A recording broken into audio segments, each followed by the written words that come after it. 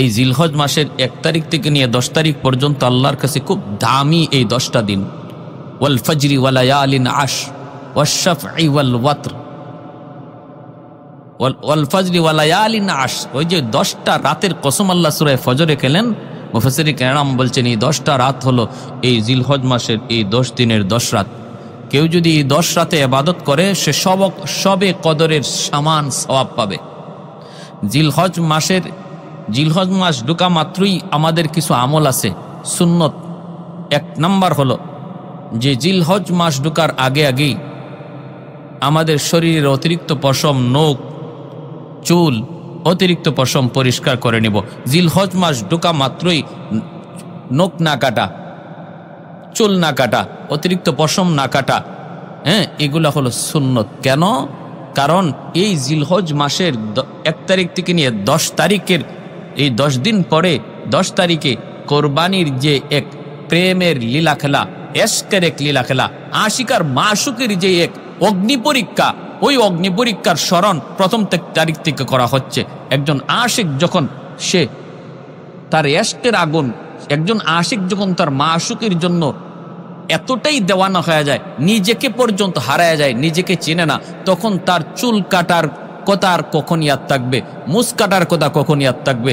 একজন সত্যিকারের আশিক তার মাথার চুলের খবর থাকে না, একজন সত্যিকারের আশিকের তার নখের খবর থাকে না, একজন সত্যিকারের আশিক অতিরিক্ত পশমের কোনো খবর থাকে না, সে তো একজনের পাগল।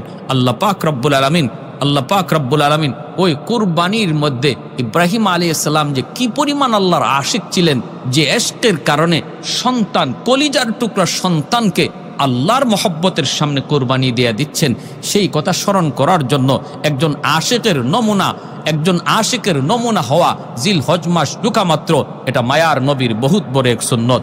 এজন্য জিলহজ মাস ঢোকা মাত্রই নখ কাটা, চুল কাটা, অতিরিক্ত পশম কাটা থেকে বিরত থাকা, এটা নবীর এক সুন্নত। আর 9 তারিখে রোজা রাখা, 9 তারিখে কেউ যদি রোজা রাখে, অর্থাৎ আরাফার দিন, এই তো আর কয়েকদিন, আগামীকাল থেকে জিলহজ মাস ঢুকতেছে, 9 তারিখে যদি কেউ আমরা রোজা রাখি, তাহলে আল্লাহর নবী রহমতের নবী বলেন তার 1 বছরের পিছনের গুনাহ মাফ, সামনের 1 বছরের গুনাহ আল্লাহ তার মাফ করে দেন।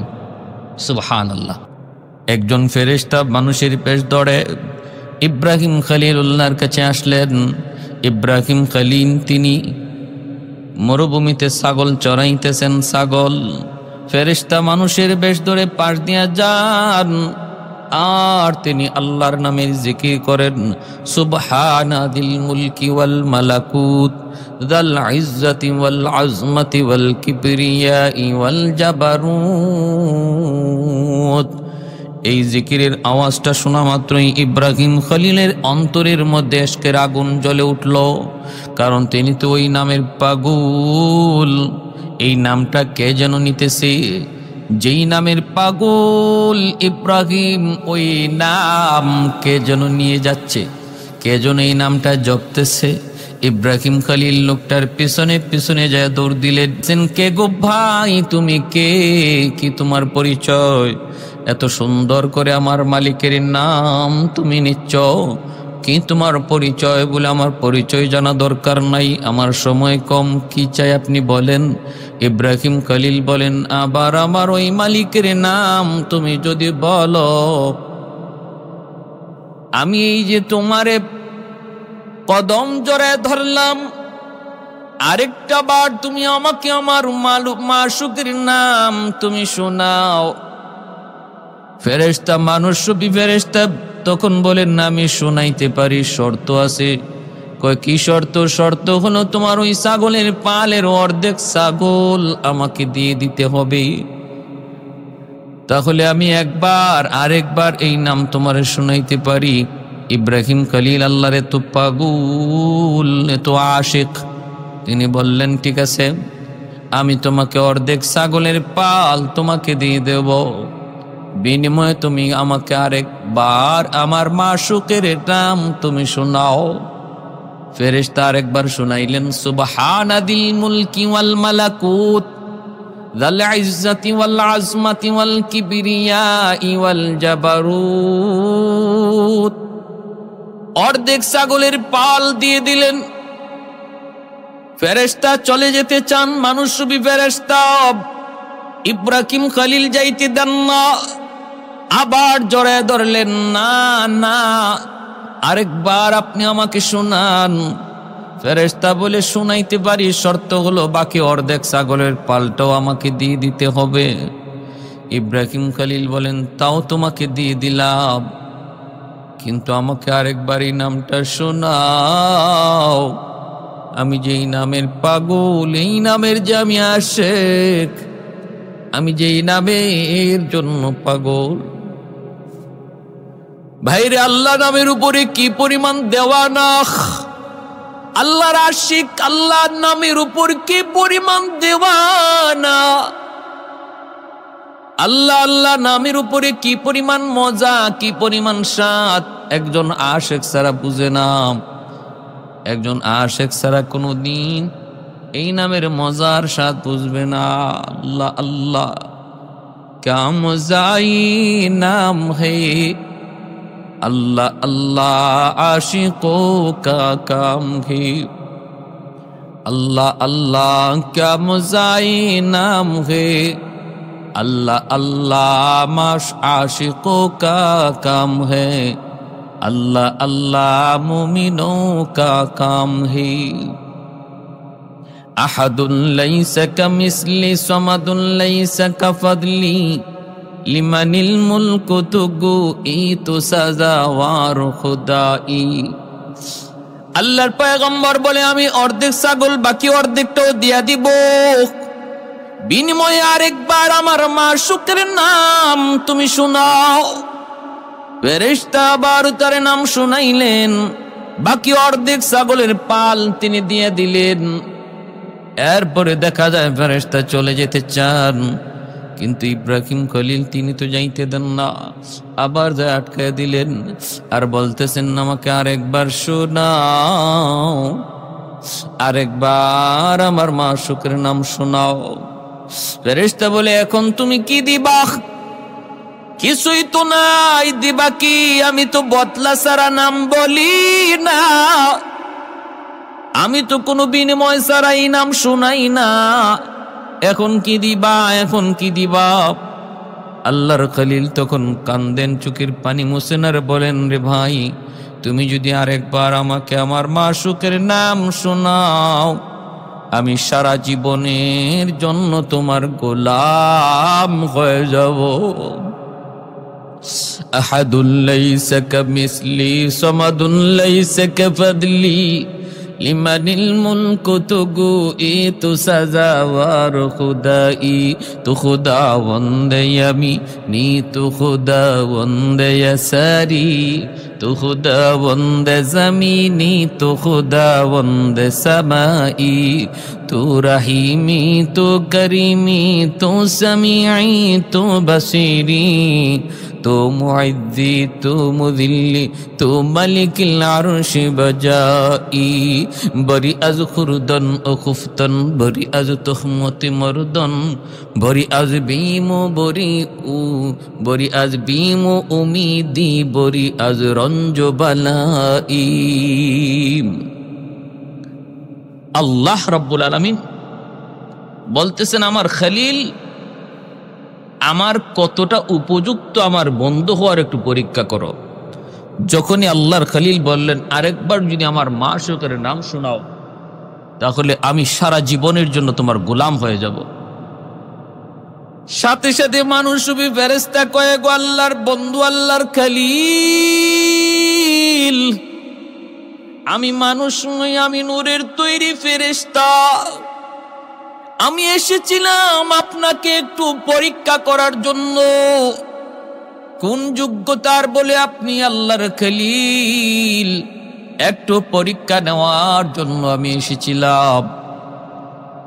আমার পরীক্ষা আপনি 100 পাস করেছেন, 100 পাস। অতএব আপনি যে আল্লাহর খলিল, আল্লাহ যে আপনার খলিল বানাইছে, বন্ধু বানাইছে, সেটা 100 যথাযথ। যে মানুষ একবার আল্লাহ নাম শোনার জন্য জীবনের জন্য গোলাম হয়ে যেতে চায়, গোলামের জিন্দেগি গ্রহণ করতে চায় শুধু একবার আল্লাহ নাম শোনার জন্য, সে যে আল্লাহর কতটা পাগল, কতটা দেওয়ানা, বুঝতে আর বাকি নাই।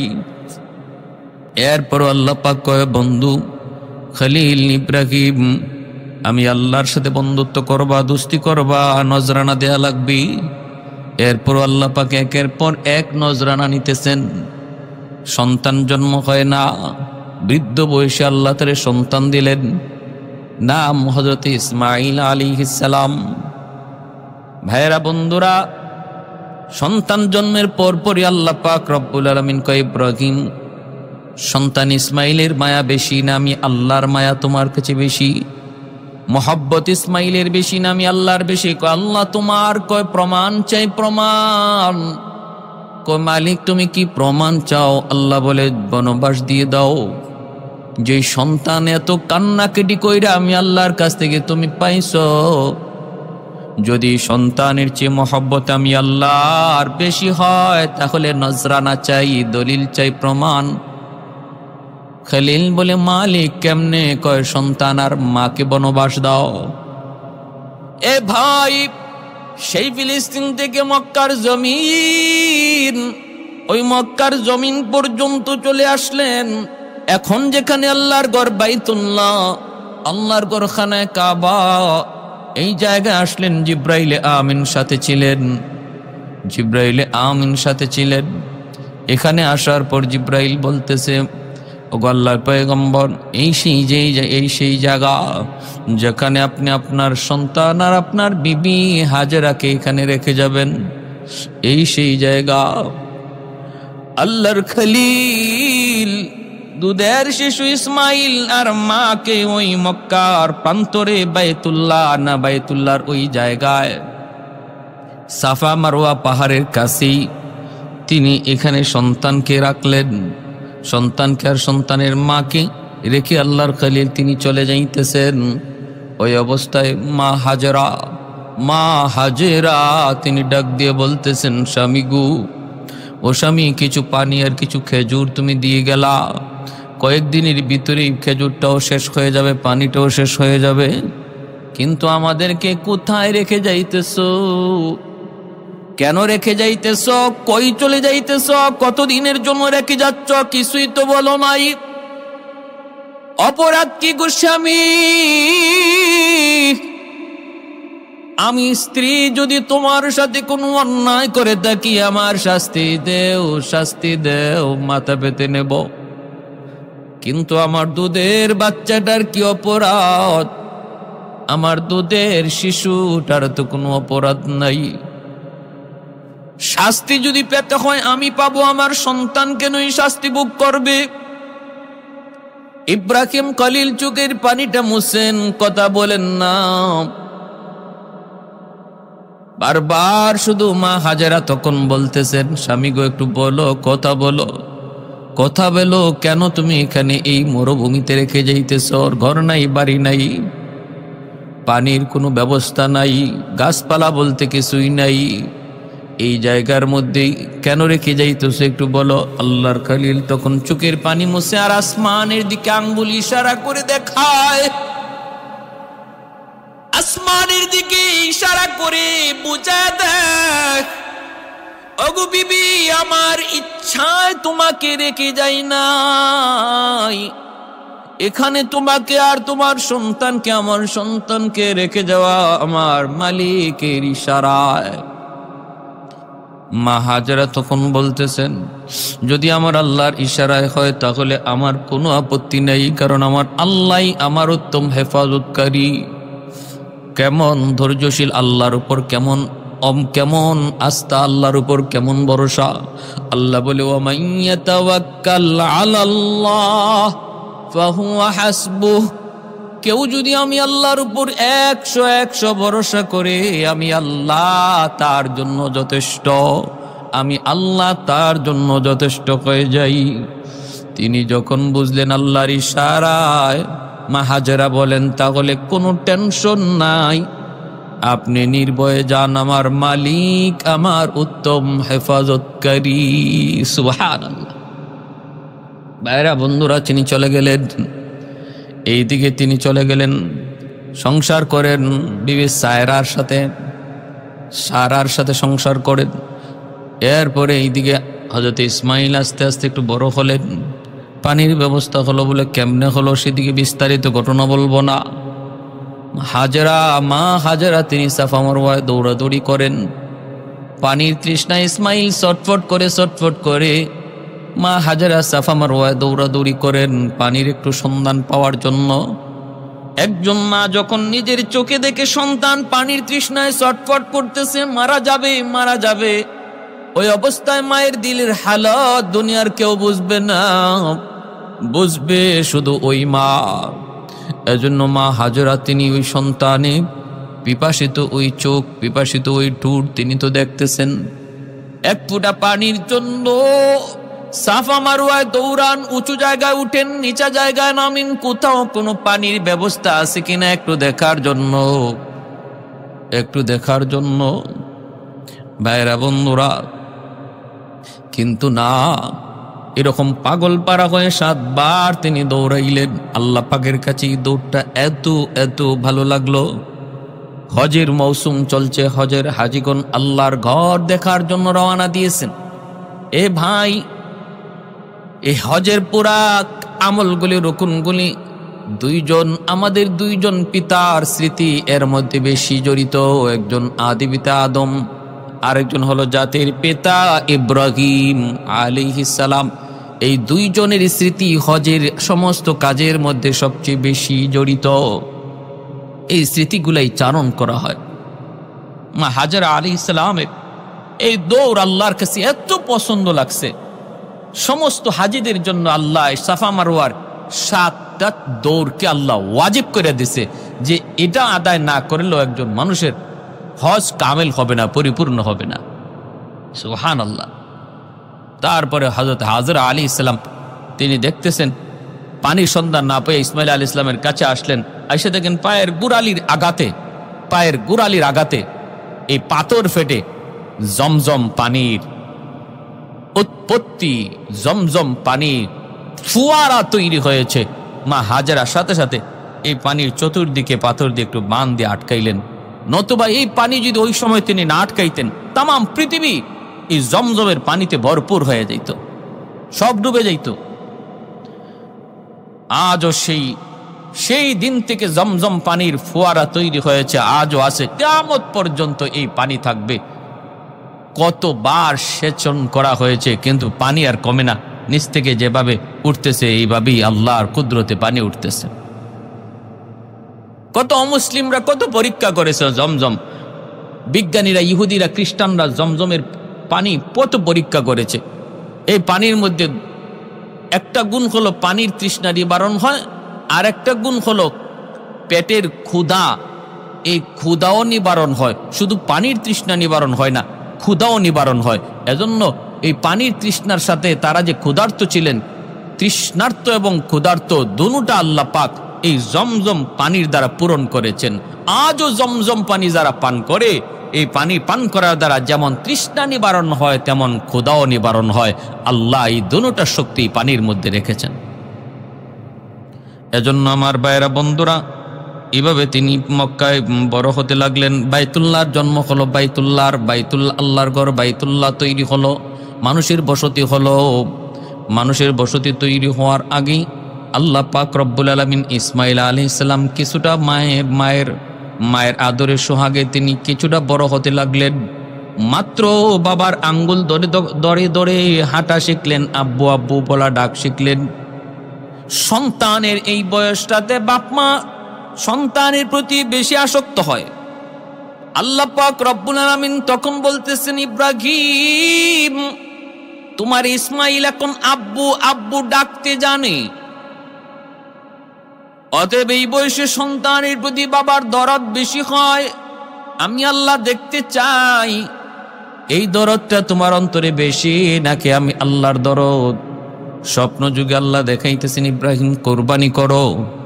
ইব্রাহিম আলাইহিস সালাম স্বপ্ন যুগে দেখেন কোরবানি করার নির্দেশ, ঘুম থেকে ওঠা 200টা উট কোরবানি করলেন। আবার স্বপ্নে দেখেন ইব্রাহিম কোরবানি করো, আবারও তিনি 200টা উট কোরবানি করলেন। আবার দেখেন কোরবানি করো, ও ইব্রাহিম, তোমার কাছে সবচেয়ে প্রিয় বস্তুটা কোরবানি করো। এইবার ঘুম থেকে উঠে চিন্তায় পড়ে গেলেন, প্রিয় বস্তু, আমার কাছে সবচেয়ে প্রিয় বস্তু হলো আমার সন্তান ইসমাইল। আল্লাহ তো আমার কাছে আবারও পরীক্ষা চায়, বন্ধুত্বের পরীক্ষা চায়। সন্তান কোরবানি।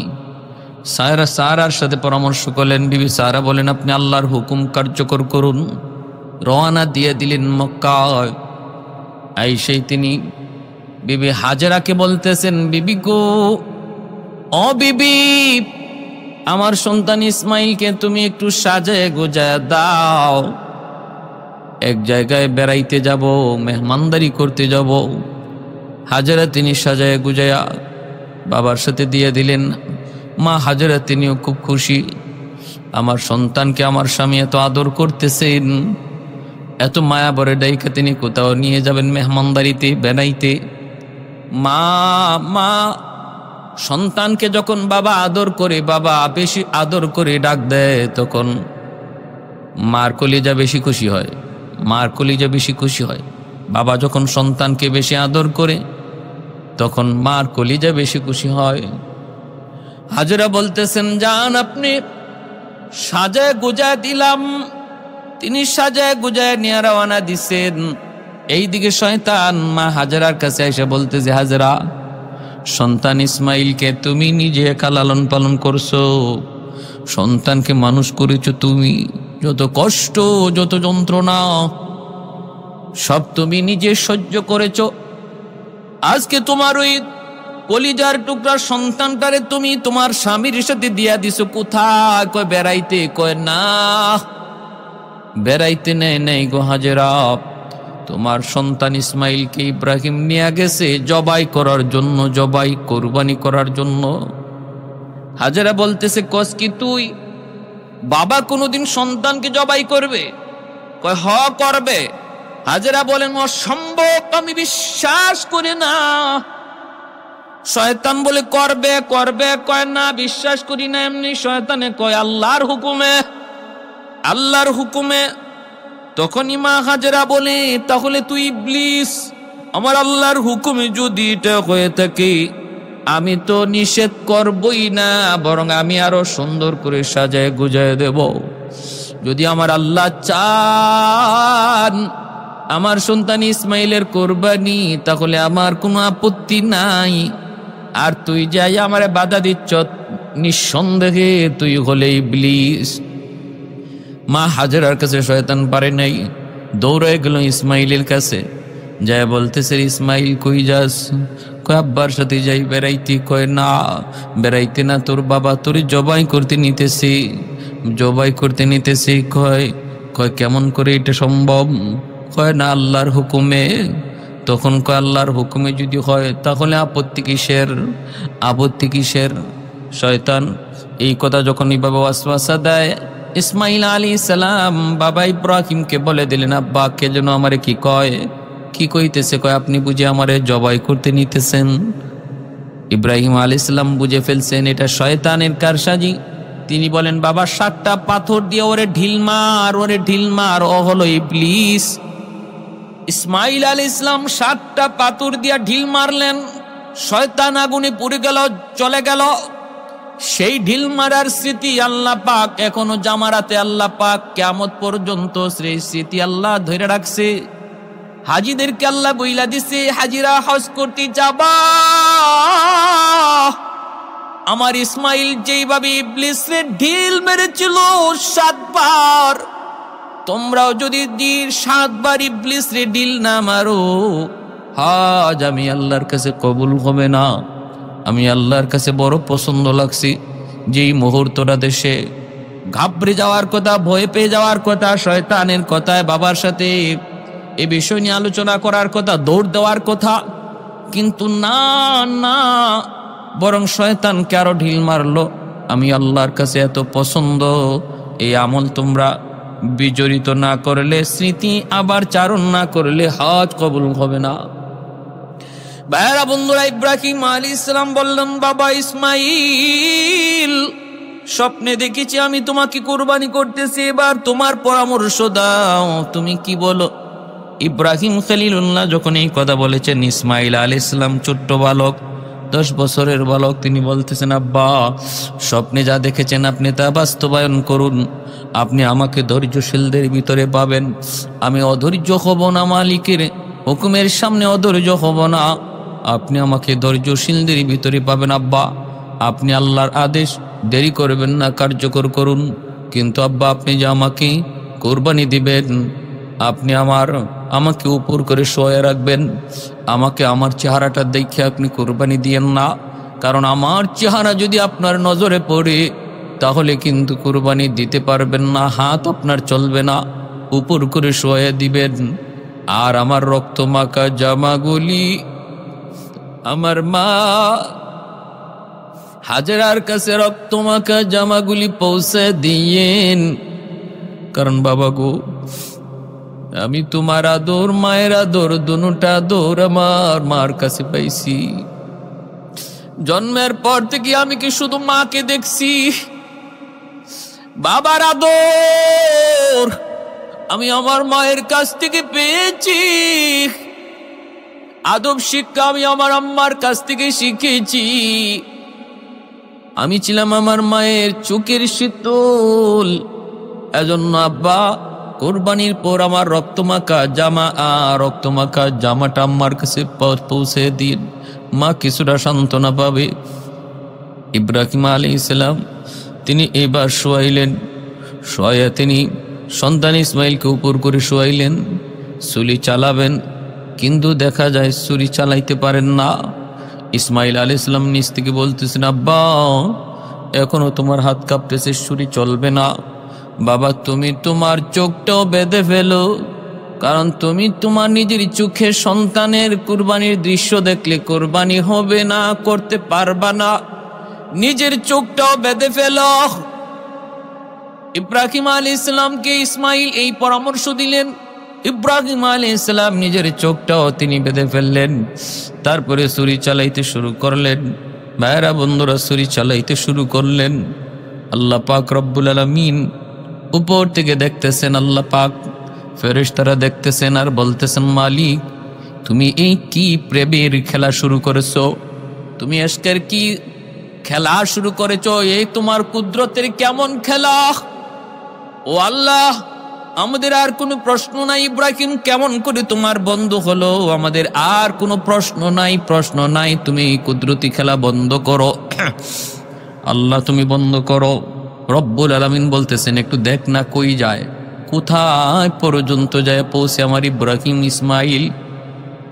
যখন ছুরি চালাইয়া দিলেন, নিঃসন্দেহে এইবার ছুরি চালাইলেন। আল্লাহ পাক রব্বুল আলামিন সাথে সাথে জিব্রাইলকে বলেন, জিব্রাইল আমার ইব্রাহিম ছুরি চালাইয়া দিছে, এই যে ছুরি যাইতেছে ইসমাইলের গলায় লাগবে। এর জিব্রাইল ওই ছুরি ইসমাইলের গলায় যাওয়ার আগে আগে তুমি জান্নাতি দুম্বা ইব্রাহিমের ছুরির নিচে শোয়া দাও আর আমার ইসমাইলকে সরায় দাও। জিব্রাইল আলাইহিস সালাম বলেন, পৃথিবীতে 3টার সময় আমার যাইতে সবচেয়ে অনেক অনেক অনেক কষ্ট হয়েছে। আমার যত শক্তি ছিল সমস্ত শক্তি ব্যয় করে পৃথিবীতে 3টার সময় আমি আগমন করেছি।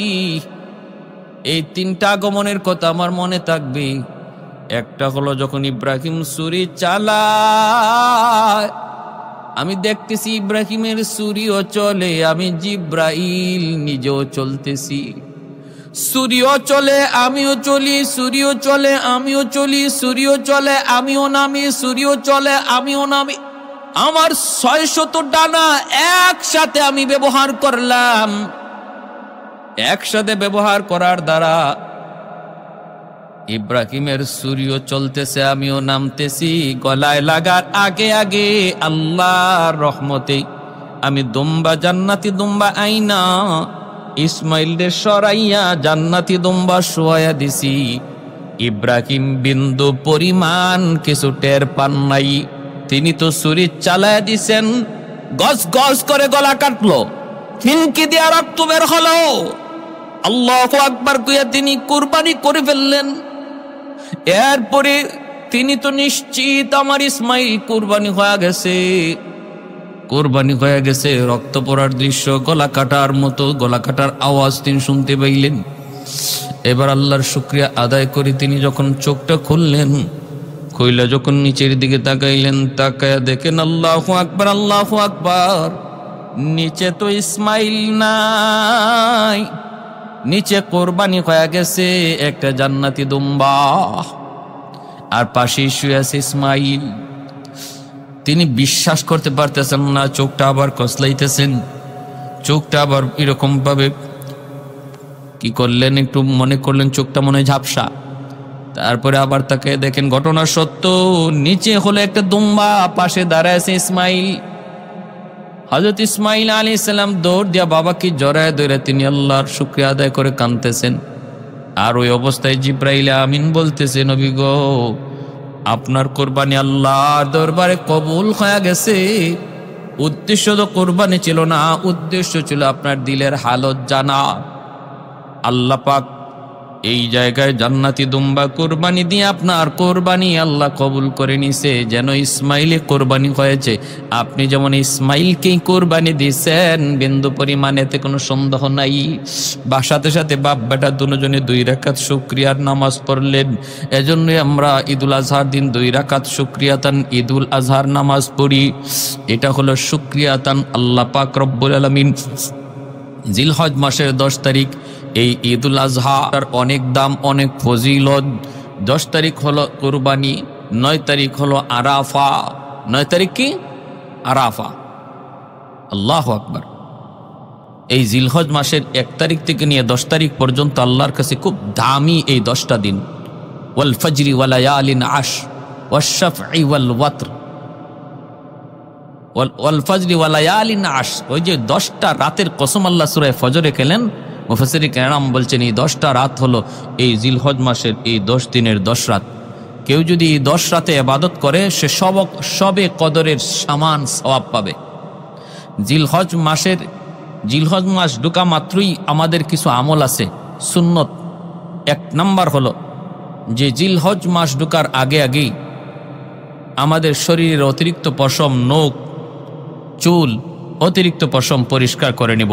জিলহজ মাস ঢোকা মাত্রই নখ না কাটা, চুল না কাটা, অতিরিক্ত পশম না কাটা, এগুলা হলো সুন্নত। কেন? কারণ এই জিলহজ মাসের 1 তারিখ থেকে নিয়ে 10 তারিখের এই 10 দিন পরে 10 তারিখে কোরবানির যে এক প্রেমের লীলা খেলা, এশকের এক লীলা খেলা, আশিকার মাশুকের যে এক অগ্নি পরীক্ষা, ওই অগ্নি পরীক্ষার স্মরণ 1ম তারিখ থেকে করা হচ্ছে।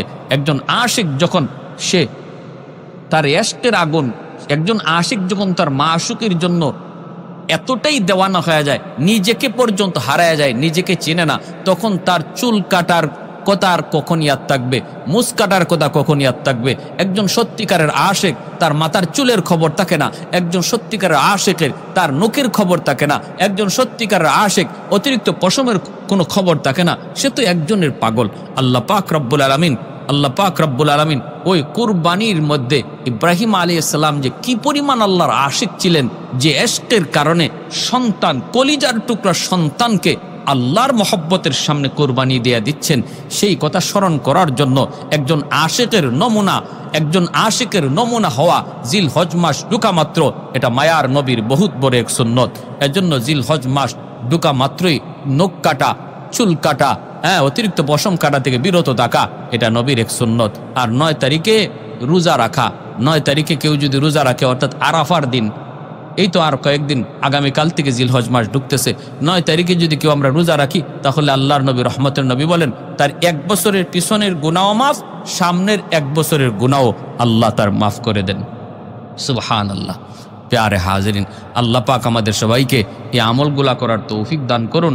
আর কোরবানির মধ্যে যে নিয়ত, ইব্রাহিম আলাইহিস সালাম যেই নিয়তে আল্লাহকে খুশি করার নিয়তে যেমন কোরবানি করেছিলেন, এমন নিয়ত নিয়ে আমি আপনিও যদি আজকে কোরবানি করি তাহলে এই কোরবানি আল্লাহর কাছে কবুল হবে। আর যদি আমার আপনার গোশত খাওয়ার নিয়ত থাকে, আমার আপনার যদি টাকার মধ্যে ভেজাল টাকা থাকে, হারাম থাকে, তাহলে কোরবানি কবুল হবে না। কোরবানি কবুল হওয়ার জন্য শর্ত হলো দুইটা। এক হলো টাকাটা পয়সাটা হতে হবে হালাল, একদম নির্ভেজাল। আরেক হলো নিয়তটা হতে হবে সহি, শুধু আল্লাহকে খুশি করা। কারণ ইব্রাহিম আলাইহিস সালাম তিনি আল্লাহকে খুশি করার নিয়ত তার কি পরিমাণ ছিল, আল্লাহর প্রেম আর ভালোবাসা কি পরিমাণ ছিল। কারণ ইনি নিশ্চিত তার সন্তানকে তিনি জবাই করেছেন, নিশ্চিত সন্তানকে জবাই করেছেন। একজন বাবা তার সন্তানকে জবাই করতে পারে আল্লাহর মহব্বতে, তাহলে বুঝেন এই মহব্বতটা কতটা নির্ভেজাল, কতটা খাঁটি ছিল। আমরাও আমাদের কোরবানি আসতেছে, এই কোরবানিতে হারাম টাকা দিয়া কোরবানির অংশীদার হব না। 7 জন শরিকানের ভিতরে একজনের টাকাও যদি হারাম হয় তাহলে 7 জনের কোরবানি বাতিল হয়ে যাবে, 7 জনের কোরবানি বাতিল হয়ে যাবে। কেউ যদি সুদী প্রতিষ্ঠানে চাকরি করে, সুদী প্রতিষ্ঠান থেকে লেনদেন করে, তাহলে তার সাথেও কোরবানি দেওয়া থেকে বিরত থাকবো। আর হলো নিয়ত সহি, গোশত খাওয়ার জন্য নাকি আল্লাহরে খুশি করার জন্য? আল্লাহরে খুশি করার জন্য। এই কোরবানির রসুমটা, এই কোরবানির গোশত এখন আমরা নিজেরা খাইতে পারি। ইব্রাহিম আলাইহিস সালামের এই তো জমানার পর থেকে কোরবানির তরিকাটা এরকমভাবে তৈরি হয়েছে, আমাদের জন্য সহজ হয়েছে। এখন আমরা পশু কোরবানি করি, আবার নিজেরা গোশতও খাই। কিন্তু এর আগ পর্যন্ত কোরবানি ছিল, কিন্তু তরিকা এমন ছিল না। আকাশ থেকে আগুন আইসা কোরবানির বস্তুটারে খেয়ে ফেলতো, নিজেরা খাওয়ার কোনো সুযোগ ছিল না।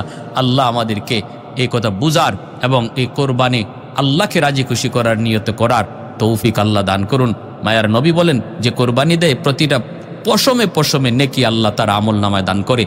এজন্য সাধ্য যার আছে, মান ওয়াজাদা সাআতান, নবী বলেন যার সাধ্য আছে কোরবানি দেওয়ার সে যেন কোরবানি দেয়। এটা বহুত বড় এক সওয়াব।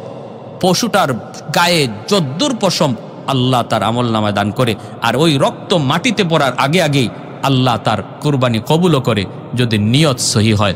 আল্লাহ আমাদেরকে আমল করার এবং সে অনুযায়ী চলার তৌফিক আল্লাহ দান করুন।